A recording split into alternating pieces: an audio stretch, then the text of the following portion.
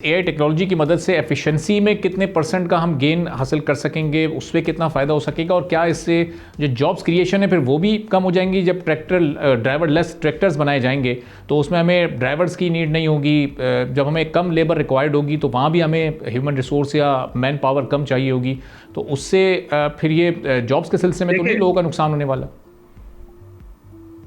देखिए AI based है। देखिए दो बातें हैं, आपने इकोनॉमी को इम्प्रूव करना है, ठीक है। एक फैक्टर जो आप कह रहे हैं कि जी जॉब्स लोगों को कम होंगी, लेकिन इनकम भी लोगों की बढ़ जाएगी। जब आपकी स्मार्ट एग्रीकल्चर होगी, जो किसान है उसकी इनकम इम्प्रूव होगी, तो ओवरऑल जो इनकम है वो इसी सोसाइटी में यूज होगी। ओवरऑल लाइफ जो है, लोगों का लाइफस्टाइल बेहतर होगा, ठीक है।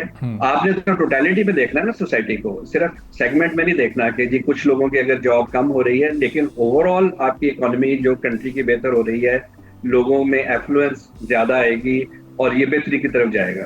और जहां तक स्मार्ट का है वो ये है कि कम टाइम आपका कंज्यूम होगा, आपकी एनवायरनमेंट के ऊपर उसके इम्पैक्ट होंगे। देखिए कुछ हैं डायरेक्ट इम्पैक्ट्स जिसमें आप इकोनॉमिक इम्पैक्ट्स की बात करते हैं, कुछ इनडायरेक्ट हैं जिसमें एनवायरनमेंट बहुत बड़ा फैक्टर है, तो उसको तो आप बिल्कुल इग्नोर नहीं कर सकते।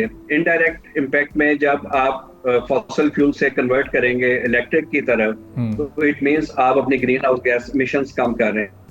इनडायरेक्टली आप अपने जो बजट्स हैं, जो आपकी हेल्थ के ऊपर लगने हैं, वो कम कर रहे हैं। सो ये इसको टोटलिटी में देखने की जरूरत है। इस प्रोजेक्ट को सेगमेंट में अगर आप देखेंगे तो शायद आपको इसी तरह नजर आए कि जी ये रोबोटिक्स होगा और ड्राइवर लेस होंगे, तो कुछ चंद लोगों की जॉब जो है वो कम हो जाएगी, लेकिन टोटलिटी में this is beneficial for society and the country. Subscribe करें और बेल दबाएं ताकि कोई खबर रह न जाए।